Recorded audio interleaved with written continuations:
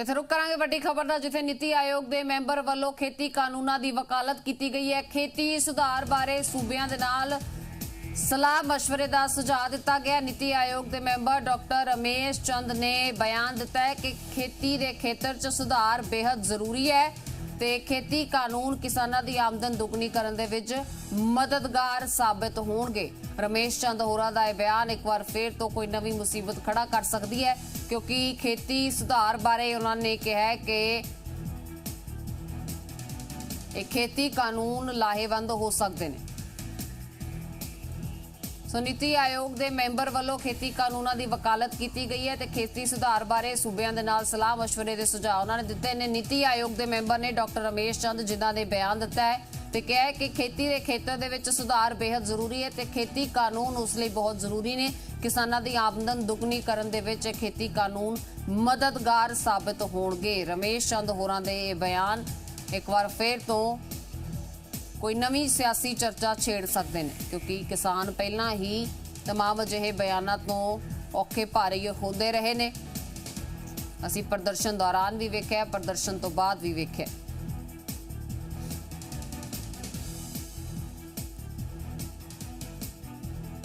ਨੀਤੀ ਆਯੋਗ ਦੇ ਮੈਂਬਰ ਦੇ ਪਹਿਲਾਂ ਵੀ ਇਸ ਤਰ੍ਹਾਂ ਦੇ ਬਿਆਨ ਸਾਹਮਣੇ ਆਏ ਸੀ। ਉਸ ਵੇਲੇ ਵੀ ਕਿਸਾਨਾਂ ਵੱਲੋਂ ਕਾਫੀ ਇਸ ਦਾ ਵਿਰੋਧ ਕੀਤਾ ਗਿਆ ਸੀ ਤੇ ਨੀਤੀ ਆਯੋਗ ਤੇ ਹੀ ਕਿਸਾਨਾਂ ਨੇ ਸਵਾਲ ਚੁੱਕ ਦਿੱਤੇ ਸੀ।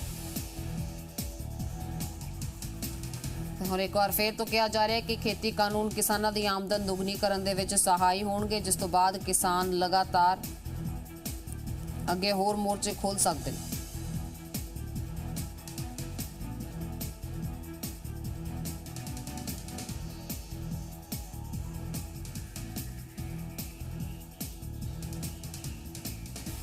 ਸੋ ਖੇਤੀ ਕਾਨੂੰਨ ਜਿਨ੍ਹਾਂ ਨੂੰ ਰੱਦ ਕਰਵਾਉਣ ਦੇ ਲਈ ਕਿਸਾਨਾਂ ਨੇ ਲੰਬਾ ਸੰਘਰਸ਼ ਲੜਿਆ। ਦਿੱਲੀ ਦੀਆਂ ਬਰੂਹਾਂ ਤੇ ਸਾਲ ਭਰ ਤੋਂ ਵੱਧ ਦਾ ਉਹ ਸਮਾਂ ਅਸੀਂ ਵੇਖਿਆ ਕਿ ਕਿਸ ਤਰ੍ਹਾਂ ਆਪਣਾ ਘਰ ਪਰਿਵਾਰ, ਖੇਤ ਖਲਿਹਾਨ ਪੰਜਾਬ ਛੱਡ ਕੇ ਕਿਸਾਨਾਂ ਨੇ ਉੱਥੇ ਨਵਾਂ ਪੰਜਾਬ ਵਸਾਇਆ, ਉੱਥੇ ਬੈਠੇ ਰਹੇ, ਆਪਣੇ ਹੱਕ ਦੀ ਗੱਲ ਕੀਤੀ ਤੇ ਜਦੋਂ ਤੱਕ ਹੱਕ ਨਹੀਂ ਮਿਲੇ, ਜਦੋਂ ਤੱਕ ਸਰਕਾਰਾਂ ਚੁੱਕੀਆਂ ਨਹੀਂ, ਉਦੋਂ ਤੱਕ ਉੱਥੇ ਬੈਠੇ ਰਹੇ। ਅੱਜ ਫਿਰ ਉਹਨੇ ਖੇਤੀ ਕਾਨੂੰਨਾਂ ਦੇ ਹੱਕ ਦੇ ਵਿੱਚ ਬਿਆਨ ਦਿੱਤੇ ਜਾ ਰਹੇ ਨੇ। ਨੀਤੀ ਆਯੋਗ ਤੋਂ ਮੈਂਬਰ ਰਮੇਸ਼ ਚੰਦ, ਇਸ ਤੋਂ ਪਹਿਲਾਂ ਵੀ ਨੀਤੀ ਆਯੋਗ ਦੇ ਇੱਕ ਮੈਂਬਰ ਨੇ ਇਸੇ ਤਰ੍ਹਾਂ ਦੇ ਬਿਆਨ ਦਿੱਤੇ ਸੀ।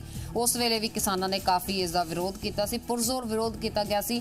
ਇਸ ਵਾਰ ਕੀ ਕੁਝ ਰਿਐਕਸ਼ਨ ਆਏਗਾ ਇਹ ਜ਼ਰੂਰ ਵੇਖਣਾ ਹੋਏਗਾ ਕਿਸਾਨੀ ਖੇਮੇ ਦੇ ਵਿੱਚੋਂ। ਪਰ ਫਿਲਹਾਲ ਜੋ ਜਾਣਕਾਰੀ ਹੈ, ਨੀਤੀ ਆਯੋਗ ਦੇ ਮੈਂਬਰ ਰਮੇਸ਼ ਚੰਦ ਨੇ ਖੇਤੀ ਕਾਨੂੰਨਾਂ ਦੇ ਹੱਕ ਦੇ ਵਿੱਚ ਗਵਾਹੀ ਭਰੀ ਹੈ।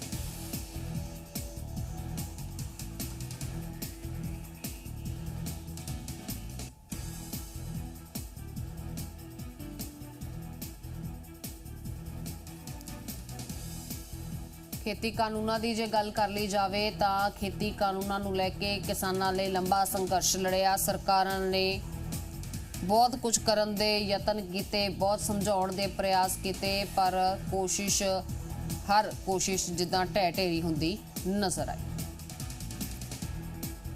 ਇਸੇ ਤੇ ਸਾਡੇ ਸਹਿਯੋਗੀ ਰਵਿੰਦਰ ਸਿੰਘ ਸਾਡੇ ਨਾਲ ਜੁੜ ਚੁੱਕੇ ਨੇ। ਰਵਿੰਦਰ, ਕੀ ਕੁਝ ਹੋਰ ਜਾਣਕਾਰੀ ਹੈ? ਰਮੇਸ਼ ਚੰਦ ਹੋਰਾਂ ਨੇ ਇੱਕ ਵਾਰ ਫਿਰ ਤੋਂ नीति आयोग के मैंबर ने खेती कानूनों की वकालत की, आखिर क्यों इस तरह के बयान दिए जा रहे हैं?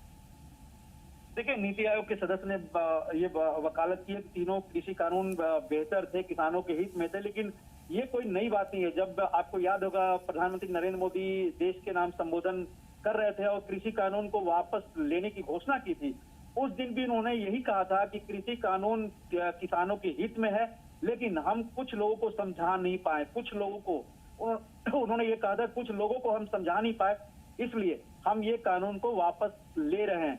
तो कहीं ना कहीं ये सरकार का और सरकार के मंत्रियों का या बीजेपी का ये मानना रहा कि जो कृषि कानून थे ये किसानों के हित में थे, लेकिन इसमें सियासत हुई और इसके कारण से आंदोलन भी चला, कई लोग इसमें शामिल हुए, कुछ राज्यों में इसको लेकर हिंसा भी हुई और मजबूरन सरकार को इसे वापस लेना पड़ा था। तो वही बातें दोहराई है नीति आयोग के सदस्य ने कि ये किसानों के हित में था, लेकिन किसानों को ही इसके विरोध में खड़ा कर दिया गया सियासी तौर पर। पर हुण इन्हां तमाम बयानों के की मायने ने? हुण ये बयान पिछे की मकसद हो सकता है ते की कहने की कोशिश की जा रही है?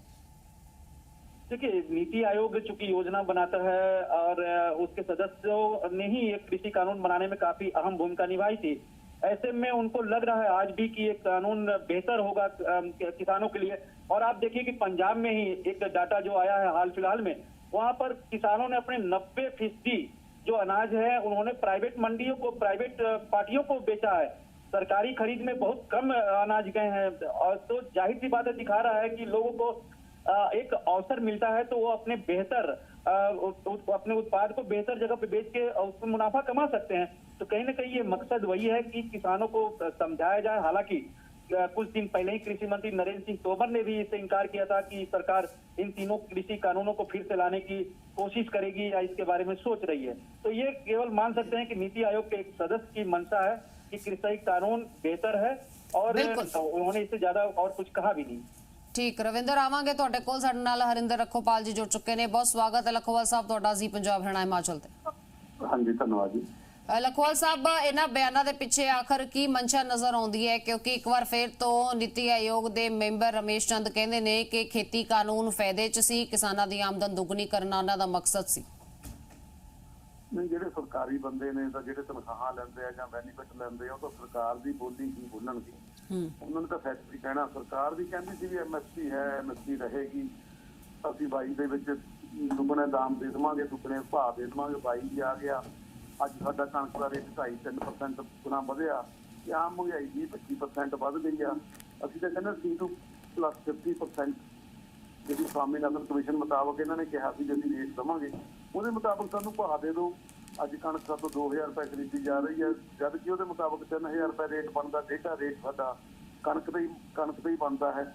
ਤੇ ਇਸ ਲਈ ਇਹ ਜਿਹੇ ਬਿਆਨ ਤਾਂ ਇਹ ਦਿੰਦੇ ਰਹਿੰਦੇ, ਸਰਕਾਰਾਂ ਦਵਾਉਂਦੀਆਂ ਰਹਿੰਦੀਆਂ। ਪਰ ਲਖਵਾਲ ਸਾਹਿਬ, ਤਾਂ ਹੁਣ ਤਾਂ ਕਿਸਾਨਾਂ ਜੋ ਸਰਕਾਰ ਦੀ ਬੋਲੀ ਦਾ ਤੁਸੀਂ ਜ਼ਿਕਰ ਕਰ ਰਹੇ ਹੋ, ਸਰਕਾਰ ਦੀ ਵੀ ਨਹੀਂ ਬੋਲੀ ਜਾ ਰਹੀ, ਕਿਉਂਕਿ ਸਰਕਾਰ ਵੀ ਮਾਫੀ ਮੰਗ ਚੁੱਕੀ ਹੈ, ਰੱਦ ਕਰ ਚੁੱਕੀ ਹੈ। ਹੁਣ ਕੀ ਲੱਗਦਾ ਵੀ ਆਖਰ ਕਿਉਂ ਇਹ ਬਿਆਨ ਇੱਕ ਵਾਰ ਫੇਰ ਤੋਂ ਦਿੱਤੇ ਜਾ ਰਹੇ ਨੇ?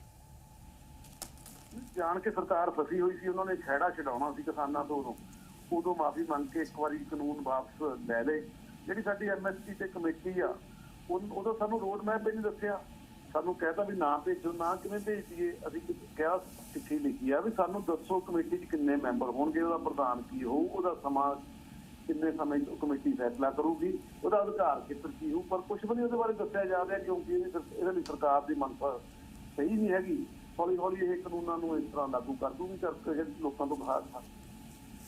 ਯਾਨੀ ਹਜੇ ਵੀ ਕਿਤੇ ਨਾ ਕਿਤੇ ਸ਼ੰਕੇ ਨੇ, ਸਰਕਾਰ ਦੀ ਮਨਸ਼ਾ ਤੇ ਸ਼ੰਕੇ ਬਰਕਰਾਰ ਨੇ। ਪੂਰੀ ਤਰ੍ਹਾਂ ਬਰਕਰਾਰ ਨੇ, ਕਿਉਂਕਿ ਸਰਕਾਰ ਕੋਈ ਗੱਲ ਹੀ ਨਹੀਂ ਸੁਣ ਰਹੀ, ਗੱਲ ਕਰ ਹੀ ਨਹੀਂ ਰਹੀ। ਕੋਈ ਕਮੇਟੀ 'ਚ ਬੰਦੇ ਸਾਡੇ ਤੋਂ ਲੈਂਦੇ, ਅਸੀਂ ਕਿਹਾ ਸੀ 5 ਬੰਦੇ ਸਾਡੇ ਲਓ ਕਿਸਾਨਾਂ ਦੇ, ਉਹ 'ਚ ਅਸੀਂ ਅਰਥਸ਼ਾਸਤਰੀ ਵੀ ਦੇਵਾਂਗੇ ਤੇ 5 ਬੰਦੇ ਤੁਸੀਂ ਸਰਕਾਰ ਵੱਲੋਂ ਹੋਵੋ। ਉਹਦਾ ਇੱਕ ਟਾਈਮ ਰੱਖੋ, 6-8 ਮਹੀਨੇ ਦੇ ਵਿੱਚ ਉਹ ਫੈਸਲਾ ਦੇਵੇ। ਇਹ ਨਾ ਹੋਵੇ ਅੱਗੇ ਪਹਿਲਾਂ ਵੀ ਕਮੇਟੀਆਂ ਬਣਦੀਆਂ ਰਹੀਆਂ, ਉਹ 10-10 ਸਾਲ ਪਹਿਲਾਂ ਜੇ ਤੁਰੀਆਂ ਫਿਰਦੀਆਂ ਰਹੀਆਂ, ਉਹਦੀਆਂ ਰਿਪੋਰਟਾਂ ਹੀ ਨਹੀਂ ਬਾਹਰ ਆਉਂਦੀਆਂ। ਇਸ ਤਰ੍ਹਾਂ ਦੀ ਕਮੇਟੀ ਦਾ ਫਿਰ ਕੋਈ ਫਾਇਦਾ ਨਹੀਂ ਹੋਣਾ। ਤੇ ਨੀਤੀ ਆਯੋਗ ਦੇ ਮੈਂਬਰ ਵੱਲੋਂ ਦਿੱਤੇ ਗਏ ਇਹ ਬਿਆਨ, ਕੀ ਲੱਗਦਾ ਆਉਣ ਵਾਲੇ ਸਮੇਂ ਦੇ ਵਿੱਚ ਇਸ ਦਾ ਕੋਈ ਅਸਰ ਹੋਏਗਾ? ਕਿਉਂਕਿ ਕਿਸਾਨ ਪਹਿਲਾਂ ਵੀ ਇਸ ਚੀਜ਼ ਦਾ ਵਿਰੋਧ ਕਰ ਚੁੱਕੇ ਨੇ, ਨੀਤੀ ਆਯੋਗ ਦਾ ਵੀ ਵਿਰੋਧ ਕੀਤਾ ਗਿਆ ਸੀ, ਇਸ ਤੋਂ ਪਹਿਲਾਂ ਵੀ ਇਸ ਤਰ੍ਹਾਂ ਦਾ ਬਿਆਨ ਆਇਆ ਸੀ। ਨਹੀਂ, ਅਸੀਂ ਇਹ ਕਾਨੂੰਨ ਦੁਬਾਰਾ ਲਾਗੂ ਨਹੀਂ ਹੋਣ ਦੇਵਾਂਗੇ। ਕੋਈ ਬਿਆਨ ਦੇਈ ਜਾਵੇ ਤੇ ਇਹਦਾ ਉਹਦਾ ਪ੍ਰਧਾਨ ਮੰਤਰੀ ਜੀ ਨੇ ਵੀ ਕਿਹਾ ਵੀ ਅਸੀਂ ਕਿਸਾਨਾਂ ਨੂੰ ਸਮਝਾ ਨਹੀਂ ਸਕੇ। ਤੇ ਤੁਸੀਂ ਸਾਨੂੰ ਜੋ ਗੱਲ ਕੀਤੀਆਂ ਹੋਈਆਂ ਪਹਿਲਾਂ ਪੂਰੀਆਂ ਕਰੋ। ਕਾਨੂੰਨ ਅਸੀਂ ਇਹੋ ਜਿਹੇ ਮਾਰੂ ਨੇ, ਹਰੇਕ ਬੰਦੇ ਲਈ ਮਾਰੇ, ਇਕੱਲੇ ਕਿਸਾਨਾਂ ਲਈ ਮਾੜੇ ਨਹੀਂ ਹੈਗੇ, ਸਾਰੇ ਆਮ ਜਨਤਾ ਲਈ ਇਹ ਕਾਨੂੰਨ ਮਾੜੇ ਆ। ਕਾਰਪੋਰੇਟ ਪੱਖੀ ਕਾਨੂੰਨ ਨੇ, ਉਹਦੇ ਕਰਕੇ ਅਸੀਂ ਇਹਦਾ ਵਿਰੋਧ ਕਰਦੇ ਹਾਂ ਤੇ ਵਿਰੋਧ ਕਰਦੇ ਰਹਾਂ। ਠੀਕ ਹੈ ਲਖਵਾਲ ਸਾਹਿਬ, ਬਹੁਤ ਸ਼ੁਕਰੀਆ ਇਸ ਪੂਰੀ ਗੱਲਬਾਤ ਦੇ ਲਈ।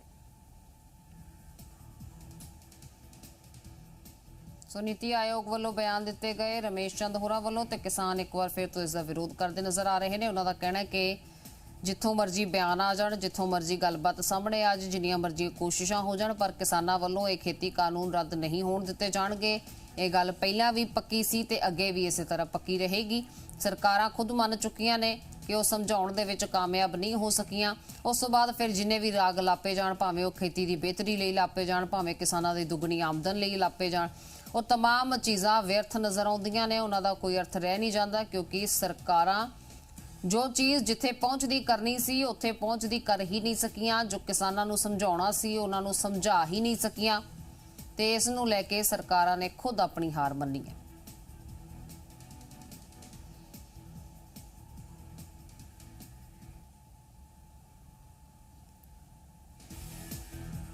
ਸੋ ਨੀਤੀ ਆਯੋਗ ਦੇ ਮੈਂਬਰ ਡਾਕਟਰ ਰਮੇਸ਼ ਚੰਦ ਨੇ ਬਿਆਨ ਦਿੱਤੇ, ਜਿਸ ਤੋਂ ਬਾਅਦ ਕਿਸਾਨਾਂ ਦਾ ਕਹਿਣਾ ਹੈ ਕਿ ਬਿਆਨ ਤਾਂ ਜਿੰਨੇ ਮਰਜ਼ੀ ਦਿੰਦੇ ਰਹੋ, ਪਰ ਅਸੀਂ ਇਸ ਦਾ ਵਿਰੋਧ ਇਸੇ ਤਰ੍ਹਾਂ ਜਾਰੀ ਰੱਖਾਂਗੇ। ਖੇਤੀ ਕਾਨੂੰਨ ਅਸੀਂ ਲਾਗੂ ਨਹੀਂ ਹੋਣ ਦਿਆਂਗੇ। ਤੇ ਅਜੇ ਵੀ ਕਿਤੇ ਨਾ ਕਿਤੇ ਸਰਕਾਰ ਦੀ ਮਨਸ਼ਾ ਤੇ ਸਵਾਲ ਉੱਠਦੇ ਨੇ।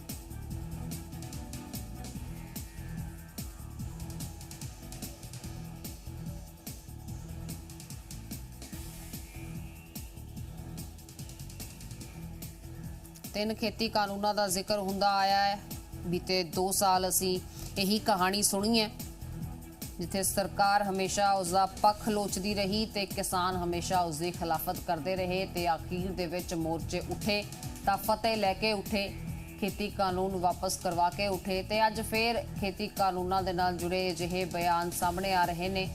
ਸਾਡੇ ਨਾਲ ਗੱਲਬਾਤ ਕਰਨ ਦੇ ਲਈ ਭਾਜਪਾ ਤੋਂ ਸੀਨੀਅਰ ਆਗੂ ਹਰਜੀਤ ਗਰੇਵਾਲ ਜੀ ਜੁੜ ਚੁੱਕੇ ਨੇ। ਗਰੇਵਾਲ ਸਾਹਿਬ, ਬਹੁਤ ਸਵਾਗਤ ਹੈ ਤੁਹਾਡਾ ਜੀ ਪੰਜਾਬ ਹਰਿਆਣਾ ਹਿਮਾਚਲ ਤੇ। ਸ਼ੁਕਰੀਆ ਜੀ, ਧੰਨਵਾਦ। ਗਰੇਵਾਲ ਸਾਹਿਬ, ਜਦੋਂ ਸਰਕਾਰ ਸਮਝਾ ਹੀ ਨਹੀਂ ਸਕੀ, ਖੇਤੀ ਕਾਨੂੰਨ ਵਾਪਸ ਹੀ ਹੋ ਗਏ, ਫਿਰ ਨੀਤੀ ਆਯੋਗ ਦੇ ਮੈਂਬਰ ਡਾਕਟਰ ਰਮੇਸ਼ ਚੰਦ ਬਿਆਨ ਦਿੰਦੇ ਨੇ ਕਿ ਖੇਤੀ ਕਾਨੂੰਨ ਫਾਇਦੇ ਲਈ ਸੀ। ਹੁਣ ਇਹਨਾਂ ਬਿਆਨਾਂ ਦੇ ਕੋਈ ਮਾਇਨੇ, ਕੋਈ ਅਰਥ ਰਹਿ ਜਾਂਦੇ ਨੇ ਜਦੋਂ ਸਰਕਾਰ ਹੀ ਕਾਨੂੰਨ ਵਾਪਸ ਲੈ ਚੁੱਕੀ ਹੈ?